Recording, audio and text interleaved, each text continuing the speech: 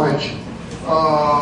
Hoje nós temos o prazer de ter aqui conosco o professor Vanderlei Banhato, que era da USP de São Carlos, professor titular da USP de São Carlos. Ele fez sua graduação em São Carlos, depois o seu doutoramento no MIT, terminando em 87, e desde então ele tem estado em São Carlos. Ele é uma das lideranças aqui no nosso país, em várias áreas, tá certo? Desde física médica, física atômica, ótica, e o que ele vai estar falando hoje para a gente vai ser sobre medindo as grandezas físicas. Obrigado.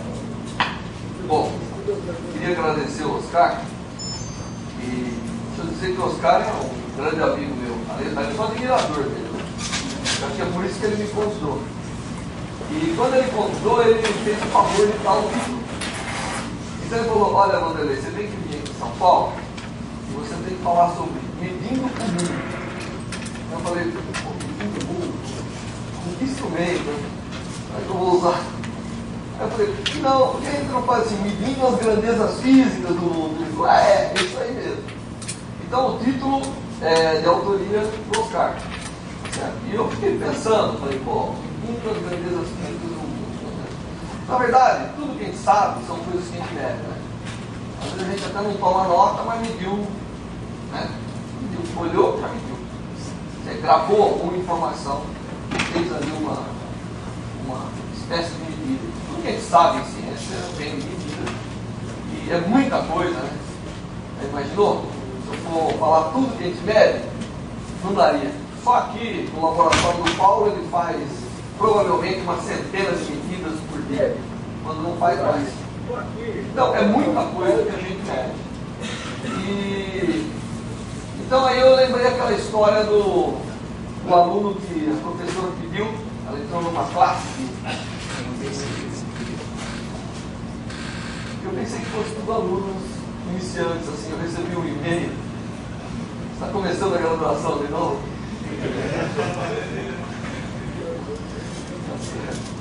Então aí eu lembrei daquela aula, teve uma aula, famosa aula, que a professora pegou a classe e falou assim: olha, vocês têm que estudar 15 animais. E eu vou fazer um sorteio. Você tem que explicar bem um animal que eu vou escolher. E aí então, o Joãozinho, que sempre está nas histórias, pegou e estudou a cobra. Estudou tudo da cobra. Sabia cobra de ponta cabeça, mas não sabia mais nada do resto. Aí ele foi para a sala apostando na sorte, né? Quem sabe a professora não sorteia a cobra. E a professora sorteou um elefante. Aí o Joãozinho começou, né? O elefante, professor, é um animal muito formoso. Tem grandes orelhas, grandes patas, um grande corpo e tem uma tromba bem longa. Parece uma cobra. E por falar em cobra, aí ele decorreu só da cobra. Então, eu vou falar um pouquinho para vocês de medidas, de unidades, de dimensão. Às vezes os alunos eles se confundem um pouco com unidades e dimensão, né? Então, o metro, ele é unidade, ele é dimensão. Quando a gente muda da cinemática para a dinâmica, aumentou a dimensão, diminuiu, manteve as unidades. Falar um pouquinho bem rápido, mas vou me ater numa coisa que é uma medida fundamental para todo mundo que faz ciência ou que não faz ciência, que é o tempo. O tempo, sem dúvida, é a grandeza que a gente quer medir com a maior precisão. Não só porque o conhecimento das outras medidas depende da medida precisa do tempo, mas a medida precisa do tempo é que levou a ciência a evoluir, né? Cada vez que a gente consegue medir o tempo com uma precisão maior, a gente consegue entender melhor uma série de coisas. Às vezes a gente nem sabe o que está associado com o tempo, mas está. Então, eu vou começar com o elefante, mas a maior parte da aula vai ser da cobra. E a cobra que é o tempo. E como eu faço sempre, eu faço uma pequena apresentação para você saber quem está te falando, né? Eu sou de São Carlos e eu, lá em São Carlos, nós temos um centro, que é um programa da FAPESP, que é um programa chamado CEPIG. CEPID é um programa de pesquisa, inovação e difusão. Então, nós juramos para a FAPESP que iríamos fazer em pé de igualdade pesquisa, inovação e difusão. E temos tentado fazer isso. E o nosso centro de São Carlos, ele tem algumas ramificações. Então, é pesquisa, inovação e difusão. E em pesquisa, nós concentramos as nossas atividades na parte de física atômica. Essa é a parte que eu me dedico mais. A parte de ótica de materiais, tanto materiais orgânicos e inorgânicos, ótica linear e não linear, desenvolvimento de novos materiais, essa é uma parte tradicional. Temos a parte de biofotônica. Nessa parte de biofotônica, a gente desenvolve novos aplicativos e também tentar entender alguma coisa básica da interação da luz com as moléculas biológicas. E tem a parte de espectroscopia de sólidos. E nessa parte de biofotônica, a gente fez uma opção. Campinas, que era uma outra parte do nosso centro, o Brito era o meu parceiro, aí veio o meu patrão, e nós fizemos uma sociedade. Aí tem o centro de Campinas e o centro de São Carlos. E o Brito fez a opção pela parte de comunicações. Nós fizemos uma parte de parcerias com as áreas da saúde, no intuito de levar a tecnologia para a saúde. E temos a parte de inovação. Hoje, pelo menos 40% dos recursos vem de empresas. Isso equivale mais ou menos a 800 a 1 milhão de reais por ano. As empresas estão financiando determinados desenvolvimentos. E a parte de difusão, aí nós temos um pouco de cada coisa. Temos até uma televisão local, canal a cabo, e hoje a gente consegue colocar de 8 a 10 horas por dia no ar, inclusive o curso básico de física, palestras, tudo isso vai ao ar, e uma série de outras atividades de difusão, sempre visando completar a educação científica das pessoas, crianças, jovens, adultos e velhos, e também dar o valor adequado à ciência, né? Se é possível fazer isso. Então eu vou basicamente mostrar os laboratórios que eu estou associado. Nós temos hoje trabalhando em São Carlos mais ou menos de 70 a 100 pessoas, e os meus laboratórios tem um elenco muito grande, então eu não vou listar todo mundo. Em cada laboratório, relógio atômico tem um grupo de pessoas, colisões atômicas tem um grupo, biofotônica voltada para câncer, detecção e tratamento tem um grupo, e assim vai. Então nós temos, o Paulo reconhece algumas pessoas aqui, ele é familiar, a AIDA, etc. Tem vários laboratórios. Esse é o laboratório de física atômica, onde a gente faz, ou tenta fazer, estudos da matéria no estado quântico, né? Mecânica quântica que a gente aprende, que vocês, a maioria de vocês pelo menos, vão aprender ao longo do curso. Hoje ela tem manifestações macroscópicas extremamente interessantes, e a matéria quântica macroscópica ainda está na sua infância. A gente não sabe os segredos que tem ali, embora a gente acha que sabe, não sabemos. Daqui a pouco alguém vai descobrir alguma coisa bastante revolucionária, a gente acredita. Sempre foi assim. Então, a gente tem trabalhado nisso. Eu sei que aqui em São Paulo existem planos bastante concretos para se fazer esse tipo de experimentos também. Se já não estão fazendo, mas que o seu colaborador já está fazendo algo nessa direção.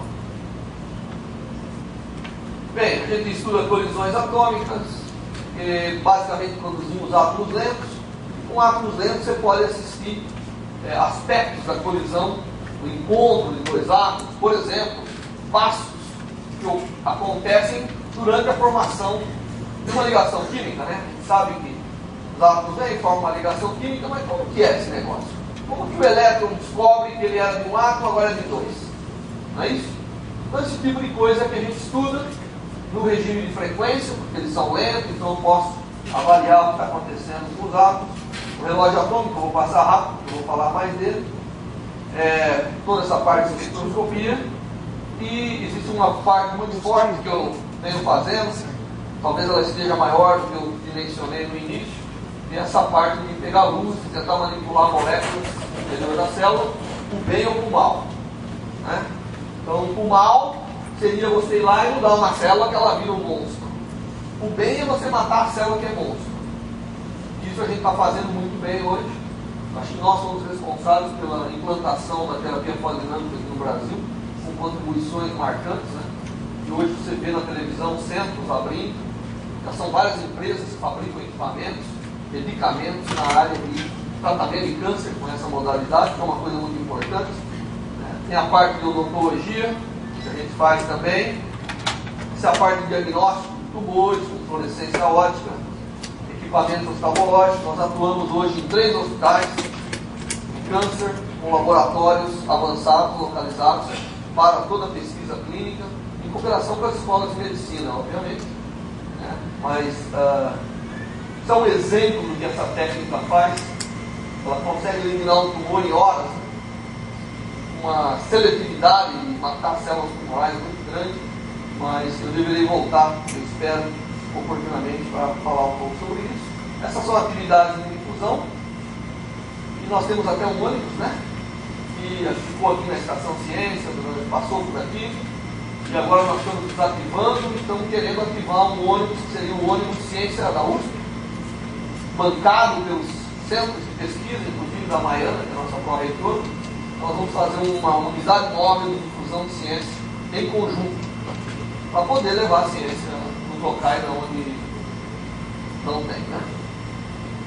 E tem a parte de cooperação. Hoje em São Carlos nós temos mais ou menos 20 empresas da área de ótica, e elas estão hoje empregando em torno de 600 pessoas, pagando 20 milhões, 21 milhões de impostos. Pra você ter uma ideia, eu tiro dos cofres do Estado 2,5 milhões de reais por ano. Isso é o que custa o centro hoje para mim, para a FAPESP. Mas você adiciona aí mais 1 milhão que vem assim. Mas se você faz a per capita, não é extremamente vantajoso. Então isso é o que nós temos lá hoje. E vamos começar a falar um pouco mais de medidas, né? Todo mundo está toda hora medindo, eu já comecei dizendo, né? O fato de você estar olhando, dimensionando coisas na sua cabeça, de alguma forma você está medindo. E quem não mede fica para trás. É assim. Você tem que saber medir e tem que saber medir bem. Porque essa é a forma das coisas evoluírem. E existem vários aspectos como que a ciência vem evoluindo, né? Porque todo mundo está interessado em medir alguma coisa. Se não está interessado em medir, está interessado no valor de quem mediu. Porque é assim que você, quando a gente faz uma medida de alguma coisa, de um fenômeno físico ou de qualquer fenômeno, é uma pergunta que a gente faz para a natureza, né? Quando uma pessoa simplesmente cria uma teoria, do nada, sem perguntar nada para ninguém, ela fez uma pergunta para si mesma. Ela então teve uma resposta. Mas quando a gente faz uma medida de algo natural no mundo, a gente foi lá e questionou a natureza. Às vezes a gente não gosta da resposta, né, Paulo? Às vezes a resposta não é aquilo que você esperava. Aí você tenta botar coisas aqui, né? Mas aquela é a verdade. Então a habilidade de medir bem as coisas é a habilidade de interpretar as respostas que a natureza dá. E às vezes eu me engano. E às vezes eu quero medir, quero a resposta, mas não tenho ouvidos para ela. Não sei como olhar direitinho aquilo. Então ela me dá uma resposta que eu sou incapaz de interpretar, de olhar. Às vezes nem sei ver. Por exemplo, vou medir uma certa estrutura no núcleo atômico. Se eu não tiver um instrumento adequado, eu não sou capaz de fazer essa medida. E às vezes eu leio a coisa errada. Acontece muito todo dia. A gente lê as coisas erradas. Então, medir as grandezas físicas é algo extremamente importante. E a busca da evolução do homem, ela é baseada em medidas. Se a gente tivesse que definir o que a ciência faz, o que a gente quer fazer, nós sempre queremos fazer isso aí.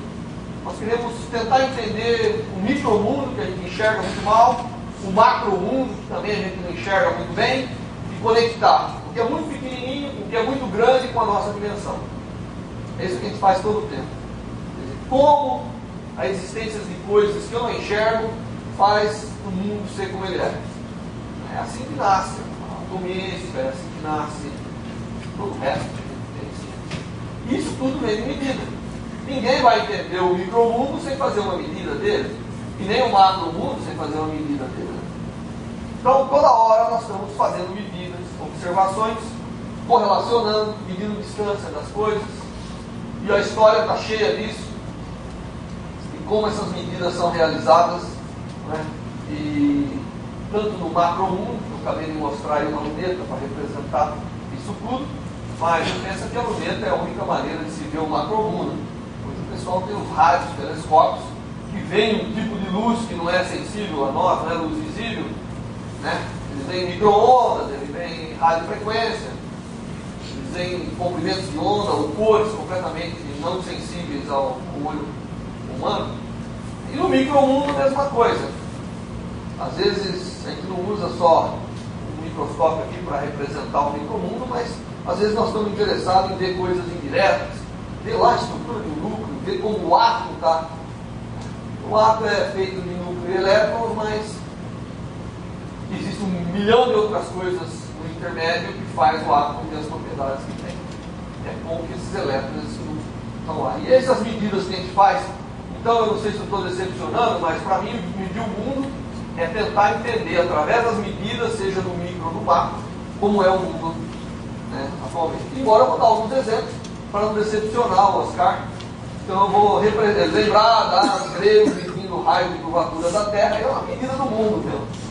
E o raio, assim por diante. Muito bem. Então a gente está sempre querendo medir. E quando a gente mede alguma coisa, você tem que saber expressar essas coisas, né? Então, se eu falar assim, não, o Paulo mede 1 Paulo. Isso é uma coisa muito imprecisa. Quanto vale 1 Paulo? Eu tenho que definir. E primeiro se usava o pé do rei, o polegar da rainha, aquelas coisas todas que eram medidas muito imprecisas. Então nós criamos unidades, nós criamos maneiras de representar as medidas. E normalmente nós temos conjuntos de grandezas que a gente quer medir. A gente faltou uma flechinha aqui. E aqui você tem que botar uma flecha aqui. Se você não conectar aqui o Newton com o Joule aqui, eu não vou conseguir explicar. Faltou na hora de montar uma flechinha. Então nós temos grandezas que são importantes de serem determinadas, e às vezes manter e determinar com precisão essas grandezas já é um desafio enorme. Parece simples, você tem 1 quilo, né? Mas eu quero que o meu quilo seja igual ao quilo dele, seja igual ao quilo de qualquer pessoa na superfície da Terra, não é tão fácil. Então, normalmente a gente define as unidades aqui em unidades, vamos dizer, básicas e unidades derivadas. Isso é uma coisa que a gente faz, né? E claro que comprimento e tempo, eu quero mostrar aqui que o tempo é fundamental. Mas quando a gente começa a fazer mecânica 1, a gente aprende cinemática, não é isso? Então, primeiro tem aquele blá blá blá, de ordem de grandeza, e um pouquinho de cálculo, né? Aí depois vem cinemática. Cinemática precisa medir comprimento e tempo. Então eu tenho 2 dimensões no meu problema, comprimento e tempo. E eu tenho que, para representar qualquer movimento, saber medir bem comprimento e tempo. Aí depois vem a dinâmica. 2 meses depois, aí entra mais uma dimensão, que é a massa. Então, para medir bem a dinâmica, eu preciso de 3. Eu preciso saber medir bem comprimento, preciso saber medir bem massa, preciso saber medir bem tempo. E aí, à medida que você evolui, vem um monte de outras coisas. Aí entra a corrente elétrica. Essa é uma medida básica, porque através da corrente elétrica que eu defino um monte de outras coisas. Vocês sabem o que é o Coulomb? Aí já vai aprender no 2º ano. O Coulomb é a quantidade de carga que uma corrente padrão de 1 ampere passa numa seção de choque, numa seção transversal de um certo condutor, durante 1 segundo. Então, para ser capaz de medir Coulomb, eu tenho que saber medir tempo, não tem?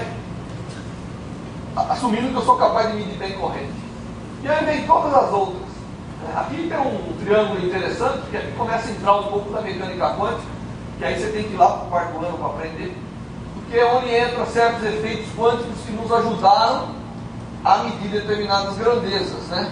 como é o caso do volt, como é o caso da resistência do ohm. Essas grandezas hoje, elas são melhores definidas através de efeitos quânticos, como é o caso do efeito Hall quântico. Vocês se lembram do efeito Hall? Ainda não aprenderam, mas vão aprender. E quando eu passo uma corrente num determinado material, na presença de um campo elétrico aparece uma voltagem. Esse é o efeito Hall. É um efeito do campo elétrico sobre as cargas em movimento. E não muito tempo atrás a pessoa descobriu que ali tinha um efeito quântico importante. E quando eu defino uma resistência, porque toda vez que eu tenho voltagem e tenho corrente, eu posso imaginar uma resistência, uma razão delas, não é isso? E essa é a chamada resistência Hall.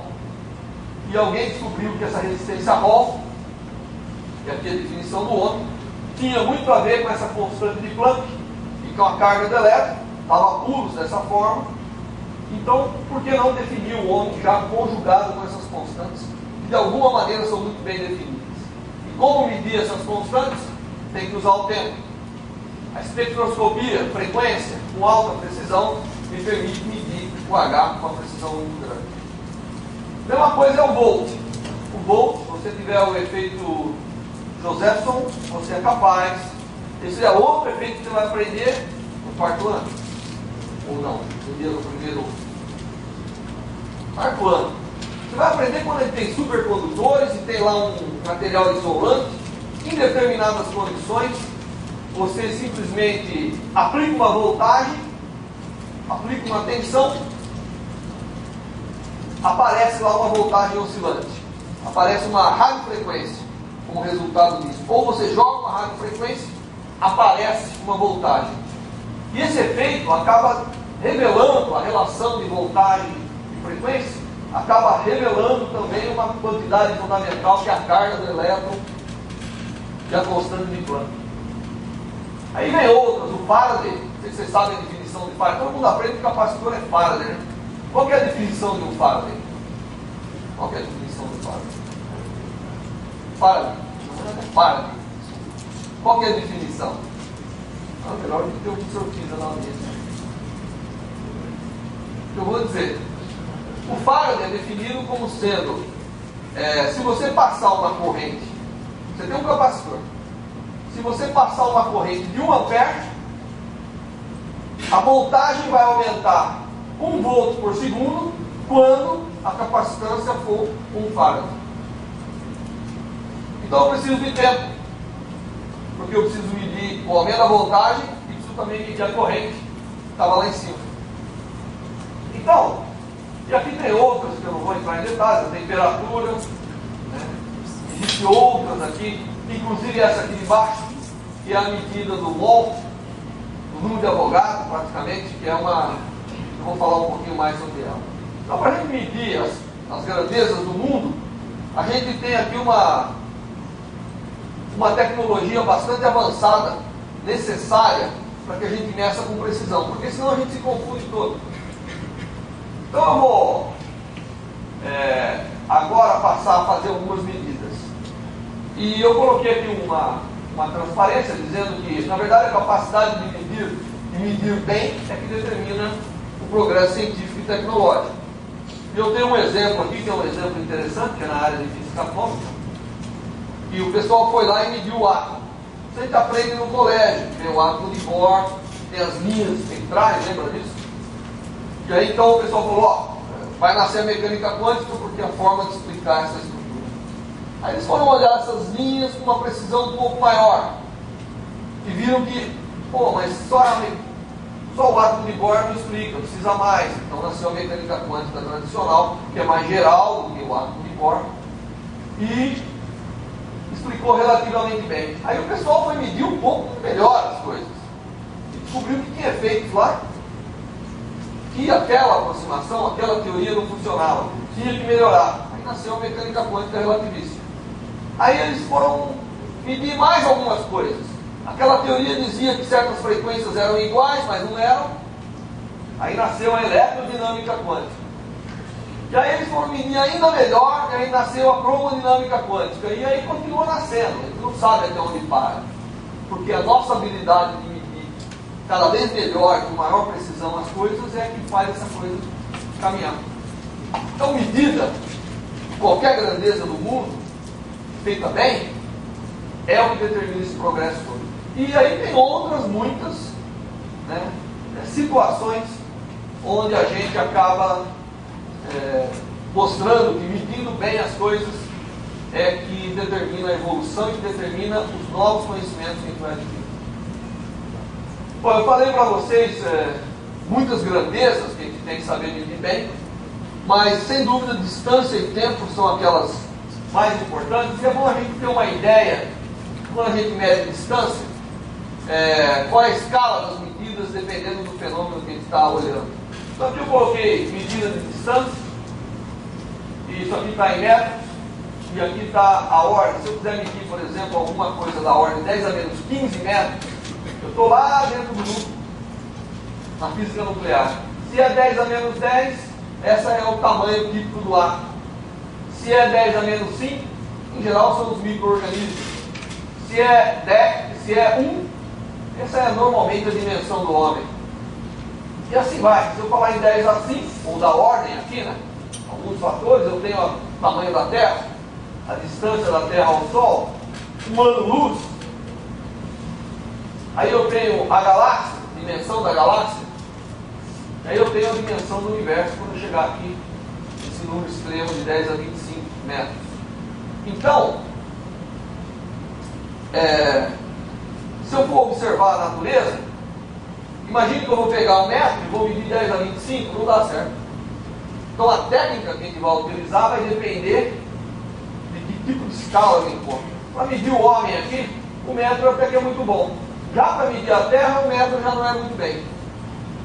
Para medir o tamanho da galáxia, ele é completamente não apropriado.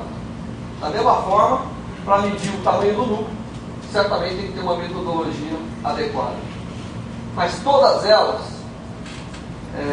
normalmente envolvem a medida do tempo, que eu já vou dizer já, vou definir as unidades. Então, quando a gente fala em tempo, é a mesma coisa. Se eu for medir duração de tempo, que tipo de fenômeno eu estou me referindo?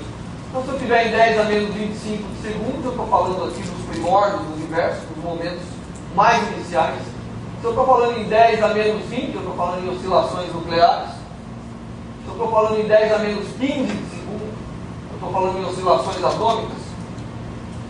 Oscilações atômicas a gente vai ver, essa é a parte que a gente vai ver melhor, que é a parte de qual a radiação que eu tenho que dar para chacoalhar as nuvens eletrônicas para promover as transições. E aí vai em toda a escala até você chegar aqui em 10 a 20, em princípio, até que ninguém mude muito os números, seria mais ou menos a idade que se acredita que o universo tem. Novamente, dependendo do que eu vou medir, eu preciso ter os métodos adequados. Bom, aqui eu peguei alguns exemplos para deixar o Oscar feliz, mas você encontra em qualquer livro de mecânica, por exemplo, o livro do professor Moisés, que são aquelas medidas típicas do mundo. E há muito tempo atrás, o pessoal lá na Grécia já tinha medido, por exemplo, o raio da Terra. Parece que eles esqueceram que a Terra é maior. Alguém já tinha medido o raio, Colombo tem que vir, aquela história toda que a gente escuta. Mas como que eles mediam lá o raio da Terra? Pegavam uma região, uma época do ano, onde o Sol está incidindo perpendicular, pegavam 2 cidades, colocavam 2 hastes perfeitamente verticais. Aqui não tinha sombra, porque incidia, eles iam uma certa distância, tinha uma sombra, então eles eram capazes de medir o ângulo. Através do ângulo, você é capaz de estimar. Se você conhece esse ângulo, sabe qual é a distância entre as cidades, evidentemente, uma geometria simples, que revela qual é o raio da Terra. São medidas que foram feitas lá na Grécia Antiga, né? Uma das cidades aqui era Alexandria, né? Assim, a outra eu não me lembro bem qual que era. E faz muito tempo. Inclusive, parece que ela mudou de nome algumas vezes. Cidades mudaram de nome, mudaram ao longo da história. Então, quer dizer, sempre o homem estava preocupado em medir tudo, mas em tudo isso, o átomo sempre teve um papel muito fundamental. E as medidas envolvendo o átomo elas até hoje são aquelas que acabam promovendo determinados progressos científicos e tecnológicos.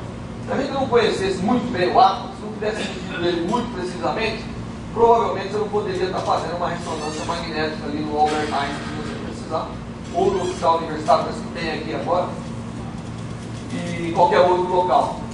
Então o conhecimento do átomo sempre foi fundamental para causar a evolução. E ele tem várias razões pelas quais a gente quer medir cada vez melhor o átomo, quer entender cada vez melhor.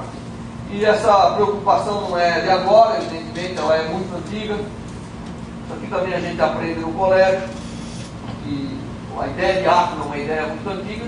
Mas a primeira grande contribuição foi alguém que conseguiu estimar o tamanho, né? E aquela história de que o átomo é a menor unidade, ele é indivisível, tudo isso, ela é muito poética até que a gente chega no ponto de dizer, mas quanto é o tamanho do átomo? E o tamanho do átomo ele foi avaliado pela primeira vez por esse senhor aqui, né? Baseado na condensação. Ele foi capaz de chegar que um átomo tem a dimensão da ordem de 10 a menos 10 metros. Chegou e disse, bom, é dessa ordem. E evidentemente a gente aprende e sabe que é o número de Avogadro que nos dá uma dimensão muito realista, uma medida muito interessante da conexão do micromundo com o macromundo. E o Avogadro, como que ele mediu isso? Será que ele foi lá contar átomos que tinham lá em uma grama de hidrogênio? Não. Ele foi esperto.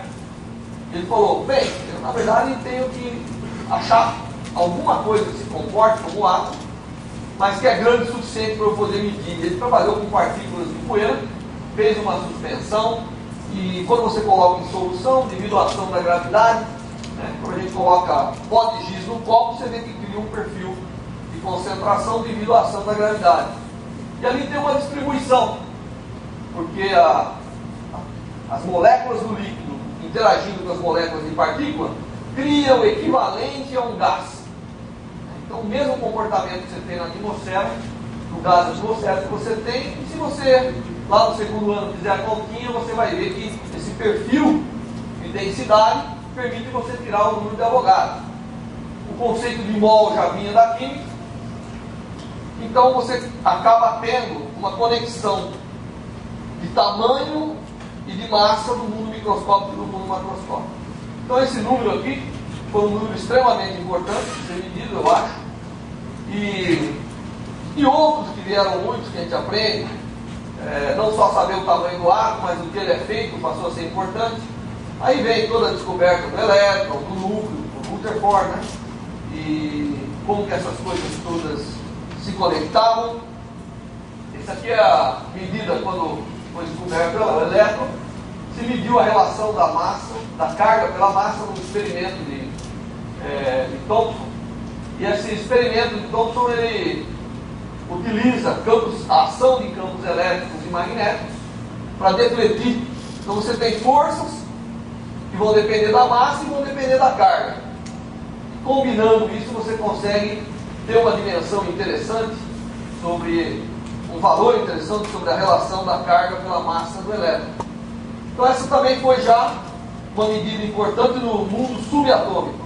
Uma vez que você sabe essa relação, e aí vem um outro experimento importante, que é determinar a carga do elétron, e quem fez isso foi o Willing. Ele não conseguiu isolar um elétron, mas se o elétron é a carga base, tudo tem que ser um múltiplo dele. Ele foi lá e começou a medir cargas de partículas, carregava e media, e viu que tudo era um múltiplo de um valor elementar. Foi assim que ele mediu a carga do elétron.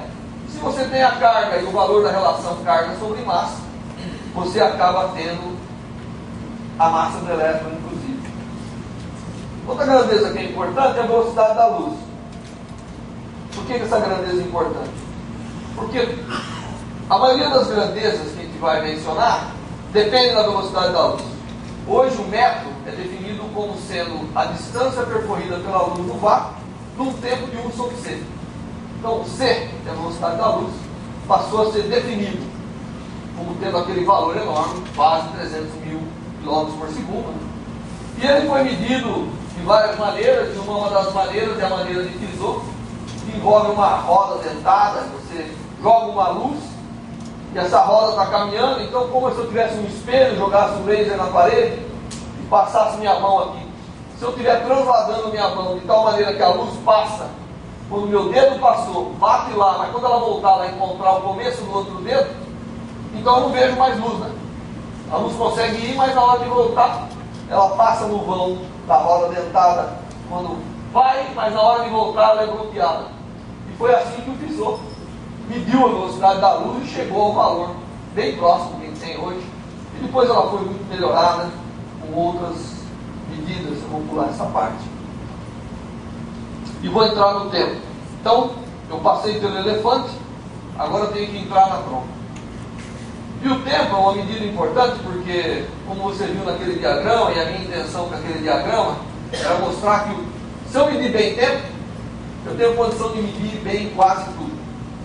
Então a gente poderia dizer que a habilidade de medir o tempo, ela é fundamental. Eu não vou medir bem um capacitor se eu não souber medir bem o tempo. Eu não vou medir bem força se eu não medir bem o tempo. Eu não vou medir bem potência, o watt, se eu não medir bem o tempo. E assim por diante. Então eu vou falar um pouco de tempo. Certo? Então, se a gente for falar em como medir o tempo e como medir o tempo com precisão, esse vai ser a rota que eu quero seguir. Agora, o tempo é importante por várias razões, principalmente porque todo dia de manhã, quando você levanta e olha no espelho, você nota alguma coisa que o tempo está causando. Aqui eu tenho uma sequência de fotografia de um indivíduo francês, ele se fotografou no mesmo local, eu não sei aonde, com o passar do tempo. E é interessante que você nota que tudo ficou igual, menos ele. Então, certamente, para nós, o tempo é importante. E quanto que o tempo é importante, depende da situação. Se eu quiser saber assim, quanto que é importante um minuto?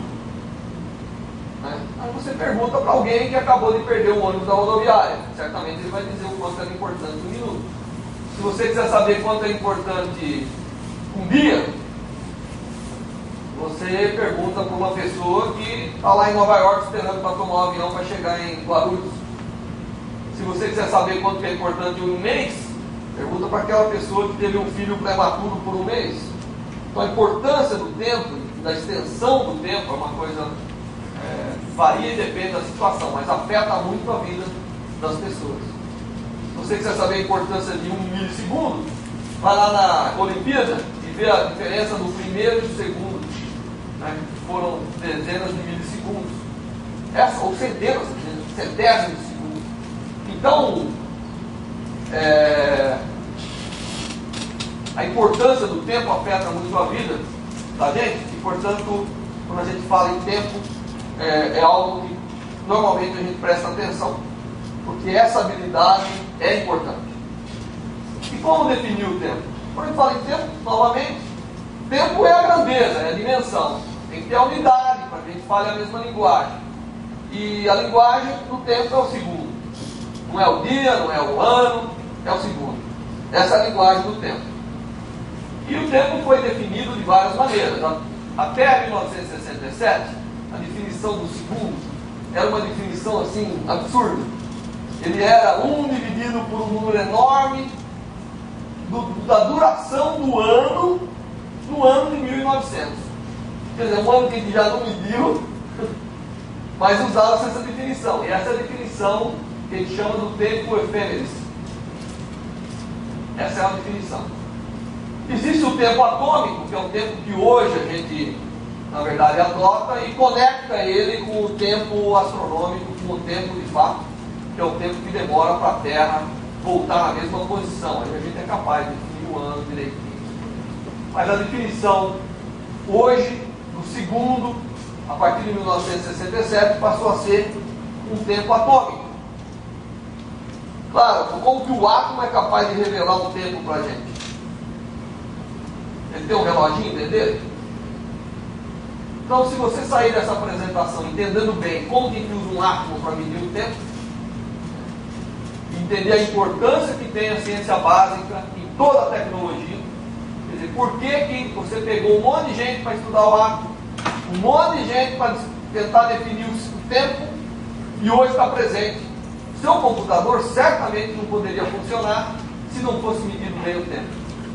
E você bateria muito mais nele do que você bate, porque ele não teria como. Quer dizer, quantos megahertz você tem lá e não está bom, você tem que ter mais velocidade. Para isso precisa de medida precisa, você não pode passar mais informação por unidade de tempo do que a sua resolução. Bom, então, eu sei que o tempo está passando, né? O tempo que eu estou falando é o tempo que está me condenando, tá lá. Então eu tenho que acelerar. Mas se a gente for medir tempo com precisão, o que é? Como que é o relógio? Bom, qualquer medida de tempo precisa de um relógio. E qualquer relógio é um dispositivo capaz de ter um evento periódico que eu posso contar. Então tem um evento periódico e um contador.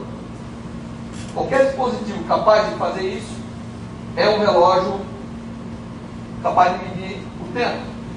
E ao longo da história, esse relógio foi evoluindo. De primeiro, você queria medir as estações do ano, isso era importante. Qual é a hora que eu planto e qual é a hora que eu colho. O problema era uma questão de sobrevivência, então não precisava muita sofisticação na medida do tempo. Aí depois começou os encontros amorosos, precisava medir com mais precisão. Aí começou a aparecer relógio de água, etc. E aí então foi criando-se vários, desculpe pela cor aqui, ó. Mas o relógio, a maneira de medir o relógio foi evoluindo. Se você notar, ela está intimamente ligada com a evolução da ciência. Tá certo? E quando a gente chega aqui, que é a definição do tempo baseado no átomo, aqui já se conhecia o átomo muito bem e os efeitos que podem nos enganar com relação a usar o átomo para medir o tempo. Então, todos esses relógios você conhece muito bem, são dispositivos da mesma natureza. A humanidade enfrentou um grande problema do tempo nessa época aqui, que é uma época de navegações e tudo isso, onde interessava o tempo. Na época da expansão comercial, tudo isso, interessava. Você tinha que sair um navio, ele não podia errar o caminho e demorar um mês a mais, não era tolerável mais. Então apareceu um chamado problema da longitude, porque as grandes navegações, elas se baseavam na medida do tempo e na observação do céu. Se eu soubesse o instante de tempo e a posição das estrelas, eu sabia exatamente em que longitude eu me encontrava. Então esse era o chamado problema da longitude para a navegação. E o problema era tão grave que o parlamento britânico, em 1700 e alguma coisa, 1715, 14, propôs um prêmio, que é chamado Prêmio da Longitude, para quem fosse capaz de desenvolver um dispositivo medidor de tempo que tolerasse todas as perturbações que tem durante uma navegação. Não poderia ser um relógio de água, não poderia ser um relógio de sol, obviamente, nem de areia. Teria que ser algo que resistisse tudo isso. E esse senhor aqui, Harrison, ele aceitou o desafio, gastou a vida inteira dele para construir relógios. Esse aqui você pode até, quem é um pouco mais velho, lembra dos relógios de bolso, que é o resultado do trabalho do Harrison. E ele ganhou o prêmio, o parlamento não entregou, obviamente, mas parece que aquele livrinho diz que os descendentes dele acabaram recebendo lá um prêmio pela metade e tal. Isso para dizer que até os ingleses enganam. Mas esse foi o primeiro grande desafio. E ele fez os relógios mecânicos que a gente tem. É óbvio que o relógio mecânico passou a ser supérfluo quando apareceu uma nova onda de desenvolvimento tecnológico onde você precisava medir com maior precisão. Aí nasceram dispositivos oscilatórios que são a base de determinadas propriedades, como por exemplo o quartzo. O quartzo é um material que ele tem piezoeleticidade. Então, se ele tem piezoeleticidade, ele muda de tamanho quando você aplica uma voltagem. E ele tem, se você aplicar uma voltagem alternada, ele funciona como se fosse um sistema ressonante. Quando botar a frequência correta, ele vai oscilar na forma máxima. Então, baseado nessas propriedades, nasceram os osciladores de quartzo. Então o pessoal desenvolveu toda uma indústria para fazer esses relógios de quartzo, tanto é que mais recentemente eles chegaram no nosso pulso. Estou querendo dizer que o átomo vai chegar daqui a pouco, mas pode até ser. E então eles fizeram esses relógios muito mais precisos, e agora então eu conseguia medir, por exemplo, dividir um segundo em 1 bilhão de partes e medir uma dessas partinhas, que é o que eu preciso para medir determinados fenômenos físicos. Mas imagina, você vai... O pêndulo, por que o pêndulo não sobrevive muito bem, o pulpo? Porque se chove, a madeira absorve um pouquinho, deslata. O ferro, a correntinha, tudo interfere. Então você imagina o relógio de quartzo. Eu tenho que cortar um cristal com o tamanho preciso, nos planos cristalográficos precisos, para que cada cristalzinho seja igualzinho ao outro. Mas isso é difícil. Isso depende do homem. Então os relógios de quartzo já não eram suficientes, porque chegou num ponto que um e outro não eram perfeitamente iguais quando eu comparava num nível muito preciso, como é o caso de medir efeitos, como eu falei, de uma parte em 10 a 10, que é 1/10 de bilionésimo de segundo. Então aí nasceu o átomo como base de tempo. E nem eu estou conseguindo enxergar aqui direito, mas a partir de 1967, o segundo passa a ser definido como um certo número de oscilações de uma radiação eletromagnética capaz de excitar um determinado nível eletrônico do átomo. Eu vou falar para vocês o que é isso já. Esse número aqui é 9.192.631.777 oscilações do estado hiperfino do átomo de Césio. Então deixa eu explicar o que é isso, para a gente tentar entender. Mas antes, por que alguém quer medir? Eu falei de 1/100º de bilionésimo. Hoje, por exemplo, isso não é suficiente. Hoje, se você quiser ir lá na Flórida e alugar um carro e andar com o sistema GPS, não dá. Medida de tempo de uma parte em 10 a 10 não é suficiente. Você vai errar muito. Tá certo? Então precisa melhorar ainda mais isso. Toda telecomunicação via satélite não vai funcionar com esse relógio. É preciso melhor ainda do que uma parte em 10 a 10. Então deixa eu fazer uma pequena revisão aqui para vocês. Eu não sei se é meu computador que não está. Aqui a figura está tão bonita, ali está. Talvez seja a luz, mas eles estão... Deixa eu mostrar para vocês por que a gente precisa medir o tempo cada vez com maior precisão. Por exemplo, eu posso ter uma precisão de 1 segundo e 1 dia.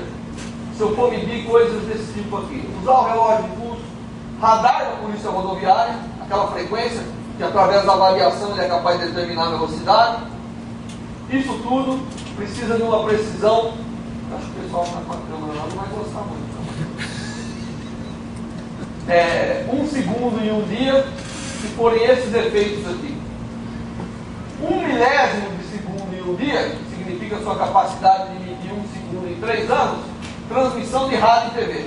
Você não consegue transmitir a TV se não tiver lá um oscilador com uma precisão que é de 1 milionésimo de segundo por dia. Porque se não você tiver isso, a transmissão vai ser toda bagunçada, vai chegar o braço antes da mão, vai ser um horror. Padrões de voltagem, astronomia convencional e sismologia. Mas o problema é que não para por aí. Hoje em dia você quer falar no seu celular. Tem uma frequência, eu tenho que distinguir cada frequência. Hoje em dia se usa a emissão do celular para te localizar. Então eu preciso já de habilidade de medir 1 segundo em 3.000 anos. Aqui já começa a entrar na faixa de uma parte em 10 a 11. Tem que medir 1 segundo em 10 a 11 segundos.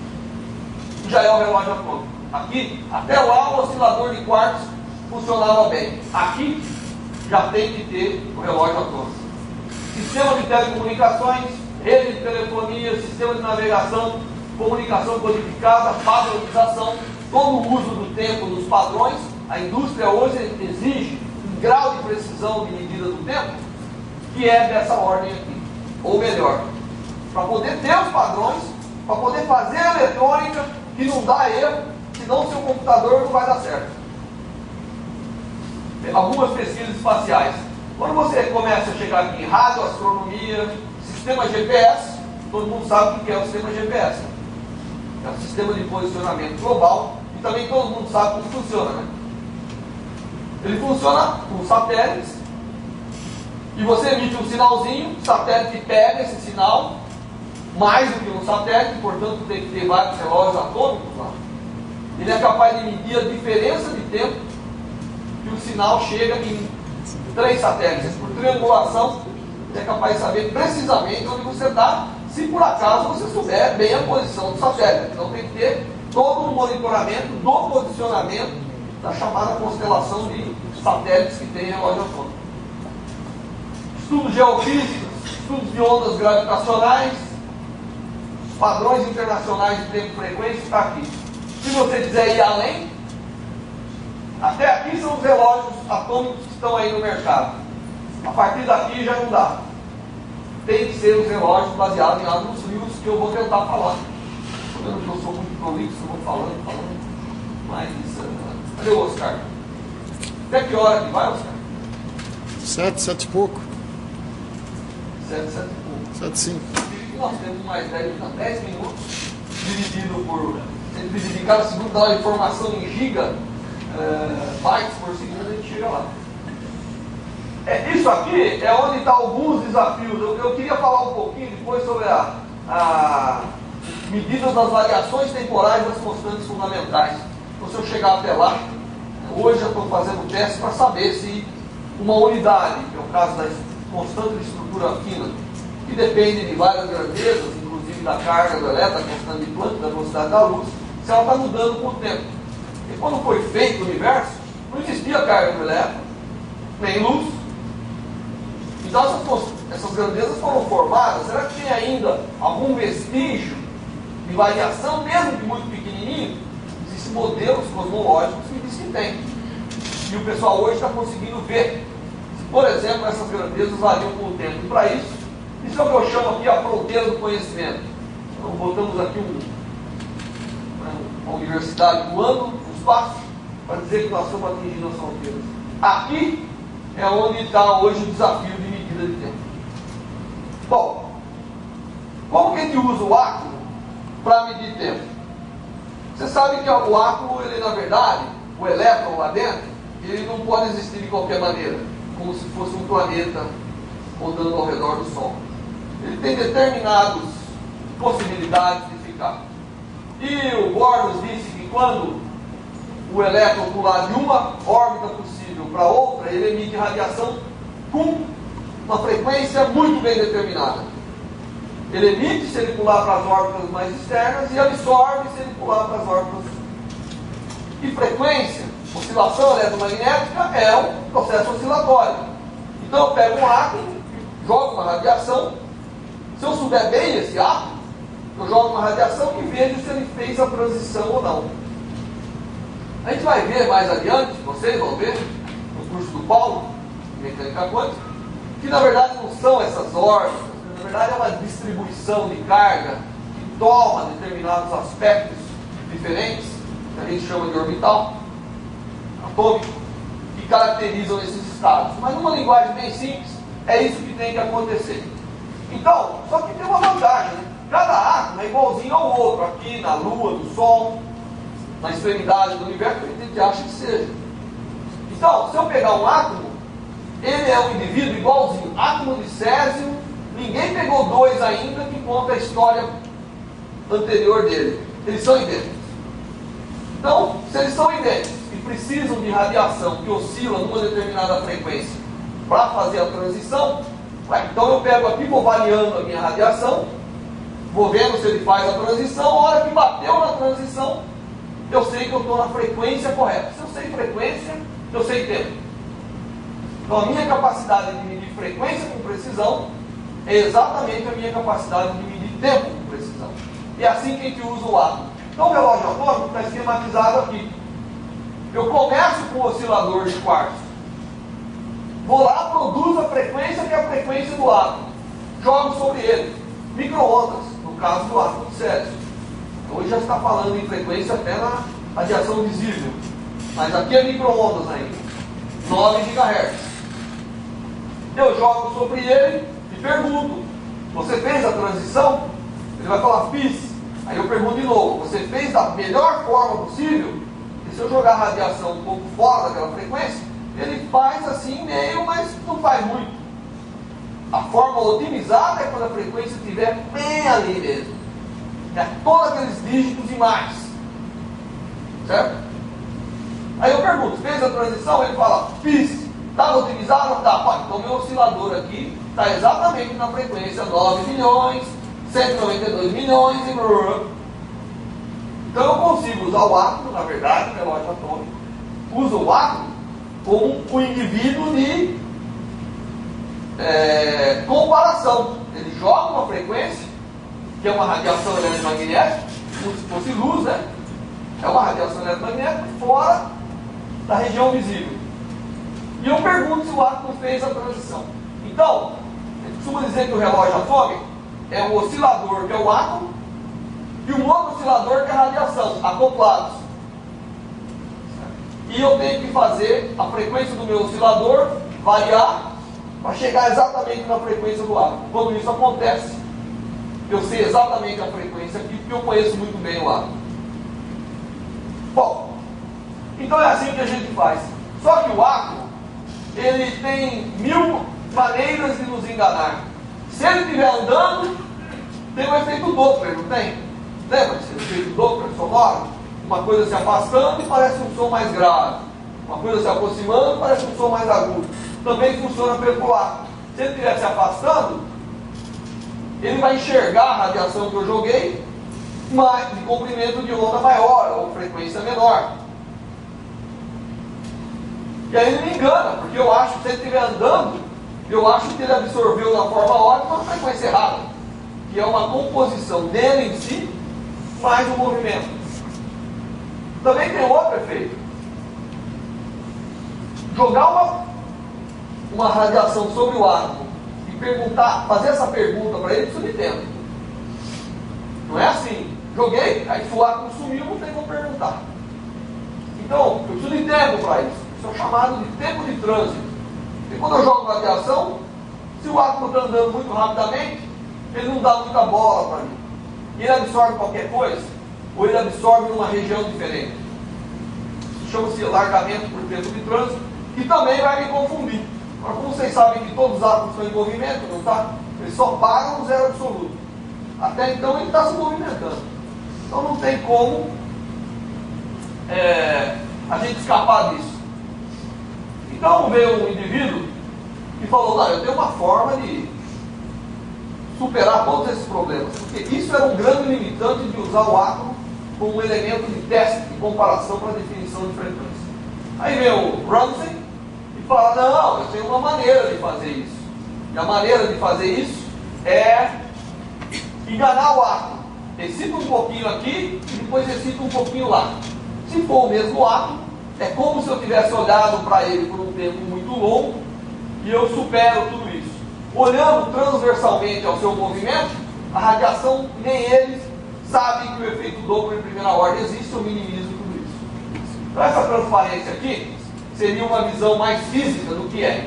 Então eu tenho um átomo num estado, quando interage com a radiação, micro-ondas, qualquer tipo de radiação eletromagnética, são campos eletromagnéticos. Você pode imaginar essa radiação fazendo uma força sobre essa nuvem eletrônica, e se ela faz da forma correta, ela vai de uma configuração para outra. Aí fez a transição. Se a frequência dela não é correta, ela não faz. Ela não deforma a nuvem eletrônica, vamos dizer, da forma que precisa para levar de um estado para outro estado. É uma forma, vamos dizer, cartoon de ver a coisa. Eu não vou falar muito disso, porque o tempo está passando, mas o resultado é que a gente, se eu variar a frequência e olhar aonde o átomo absorveu, eu tenho essa curva aqui, na melhor das hipóteses, eu tenho essa curva aqui, gordinha aqui, ó. E usando um método desenvolvido por Ramsey, que ganhou o prêmio Nobel em 1989, dentro dentro daquela curva larguinha aparece uma curva devido a um outro processo quântico, que é uma interferência quântica que acontece nessa excitação dividida em duas partes. Novamente, o efeito quântico aí dentro. Extremamente importante. Se eu não soubesse mecânica quântica, tem muita gente que acha que não tem que saber mecânica quântica. Eu vou lá para a indústria, vou montar computador. Aí chega lá um relógio atômico. O cara põe, você é simplesmente um usuário, você não tem a mínima ideia de como funciona. Então, aqui é onde a interferência quântica, produz até uma interferência que sobe e desce. Resulta nesse pico fininho aqui, que me permite, com segurança, dá uma olhada. Agora eu venho aqui, dou radiação para o lado e me pergunto, você está aqui? Mesmo que eu não queira me responder, eu vejo, porque daqui para cá é um pulo enorme. E mais do que isso, eu ponho ele aqui, está bem na frequência. Então tem um padrão de frequência que para aquele átomo, naquelas condições, sempre é aquela frequência. Se por acaso ele desvia um pouquinho, eu caio para cá. Essa linha estreita me permite determinar com precisão essa frequência aqui, central, que é a frequência que hoje define o segundo. Que corresponde a uma frequência de um micro-onda que oscila a 9 bilhões, 192 milhões e todo aquilo resto. Muito bem. Então é assim que a gente faz. É assim que funciona o relógio atômico. Você pega um tipo de átomo, que por acaso no momento é o césio, mas não precisa. Por que é o césio? Porque o césio, na época que foi feito o relógio atômico, era o átomo que reunia as condições onde a tecnologia permitia. Tinha micro-ondas bem precisas, tinha osciladores bem precisos, e tinha os níveis que são pouco influenciados por uma série de coisas. Mas hoje em dia já está falando em muitos outros tipos de átomos para padronização. Então o relógio atômico funciona assim. Eu uso o fato de que o átomo, para mudar o seu estado, a configuração dos elétrons, precisa interagir com radiação numa frequência muito bem determinada. Se aquela frequência desviar um pouquinho, ele não faz muito bem essa mudança. Então eu tenho um mecanismo comparativo muito bom. Tá certo? Para isso eu tenho que conhecer muito bem a radiação, muito bem o átomo. E o processo é totalmente quântico. Muito bem, então normalmente é assim, produz um feixe atômico, prepara os átomos no estado, põe todo mundo no estado. Passa entre uma cavidade de micro-ondas, quase um forno de micro-ondas, e ele sai para o lado de cá e eu vejo quantos foram. A hora que chegar no ótimo, é porque todo mundo foi, ficou na frequência correta. Se um pouquinho não foi, corrijo o meu oscilador. E aí eu fico fazendo isso. Quando o oscilador quer desviar, eu vou lá e eu trago de volta.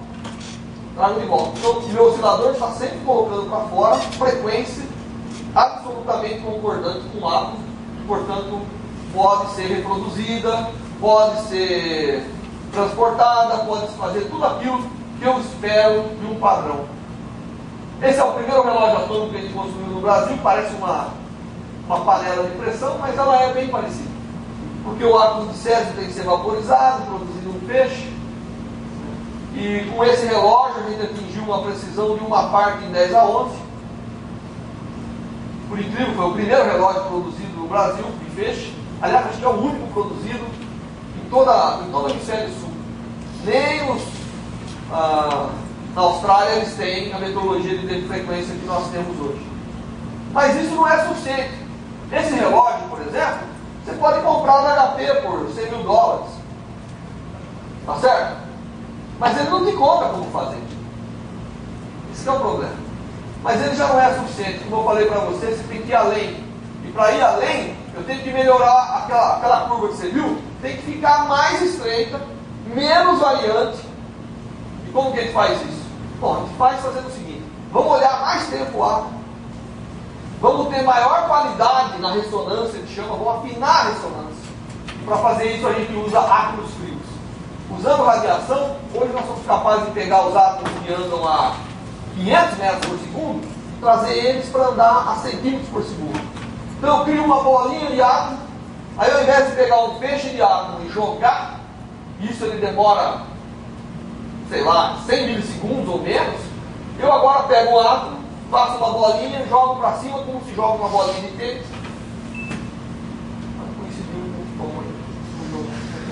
Ele passa pela cavidade de micro-ondas, na ida e na volta, Eis aquela dupla interação que o Ramsey pediu para a gente fazer. E aí eu tenho uma precisão que pula pelo menos 4 ordens de grandeza. Então eu acabo produzindo um relógio que tem uma precisão de uma parte em 10 a 15. É aquele limite lá. A coisa é tão precisa que se eu colocar o relógio no chão ou em cima da mesa, ele muda. O efeito do campo gravitacional, segundo Einstein, os osciladores vão variar embaixo da mesa, em cima da mesa, devido ao efeito do campo gravitacional, chamado deslocamento para o vermelho. Isso ele é capaz de fazer hoje. 1 metro. Ele já varia a frequência dele. Tal a precisão. Bom, essa é uma foto da Fontaine que a gente construiu. Que tem essa habilidade de medir uma parte em 10 a 14. Eu quero mostrar para vocês. Eu sei que eu já estou. Essas são as oscilações. São tempos de voo, essa estabilidade. Tem 2 coisas que a gente procura no relógio: que ele não varie muito e que ele seja igual aos outros.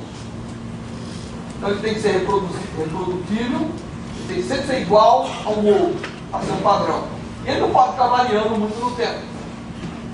E a gente consegue com o relógio atômico, hoje lá em São Carlos nós temos avaliado em mais ou menos algumas partes em 10 a 13, mas isso porque a gente não tinha maneira de avaliar. Nosso instrumento que avalia ele é pior que ele.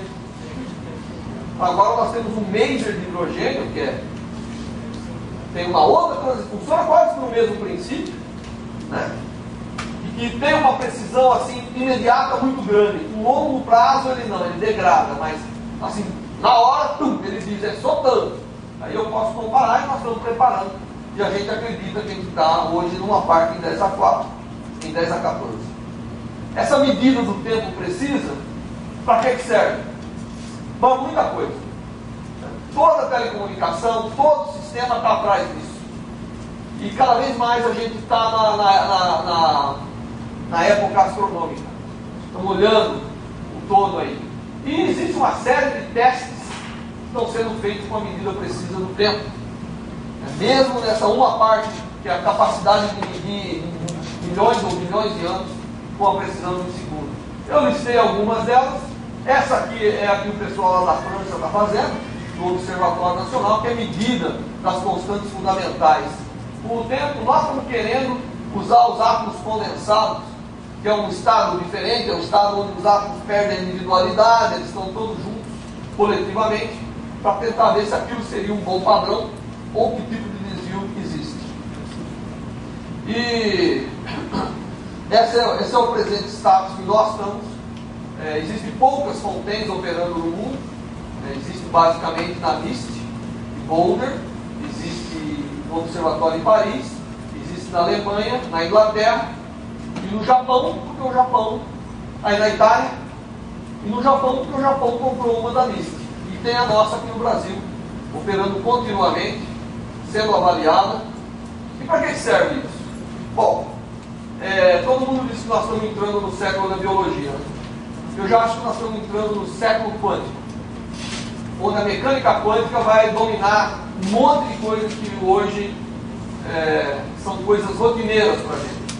E aí, nesse desenvolvimento, a habilidade de medir coisas com ultra alta precisão é fundamental. Então não tenho dúvida que daqui a pouco, aliás, o pessoal já está planejando colocar um relógio dessa precisão na estação internacional, né? E para poder ter uma precisão que vai ser o gerenciador de todos os relógios em órbita. E com um relógio desse, a gente pode fazer testes que eu acredito inimagináveis. E se a gente vai evoluir na nossa atual compreensão da física, vai ser sendo capaz de olhar a natureza com uma precisão cada vez maior. E o tempo, sem dúvida, não pode ficar fora disso. Qualquer coisa que a gente imagine medir com ultra alta precisão, o tempo tem que estar presente. Então, a nossa capacidade de medir as grandezas do mundo, obviamente, envolve medir o tempo. Eu queria agradecer. Eu fiquei perdido eu mesmo na hora de botar junto as transparências para apresentar as medidas do mundo, porque na verdade qualquer coisa simples que eu pego para medir, existe um grau de complexidade para ser juntado para a gente ser capaz de medir com precisão essas coisas. Mas eu espero ter dado para vocês pelo menos vamos dizer, um gostinho para a necessidade da ciência contribuir para a evolução das medidas da natureza, e a física aí tem um papel muito importante. E hoje em dia, quer dizer, os engenheiros, outro dia eu vi lá um anúncio lá dos Estados Unidos que eles estão contratando engenheiro, mas tem que ter tido curso de mecânica quântica. Eu achei fantástico. Uma empresa vai contratar um engenheiro elétrico desde que ele tenha conhecimento básico de mecânica quântica. Isso deve ser um indicativo para a gente. Enquanto aqui no Brasil nós estamos na contramão, achando que os nossos engenheiros não têm que aprender corrente alternada. Eu me perguntava, para que serve esse negócio aí de impedância e capacitância dessa forma complexa aí? Então, o que fazer com isso? Aluno de engenharia. E não adianta, a aluno de engenharia civil não vai precisar. Vai sim. Toda hora tem um engenheiro batendo na minha porta. Por que eu não posso integrar uma fibra ótica no concreto? Está fugindo da escola, não? Tem que entender isso aí.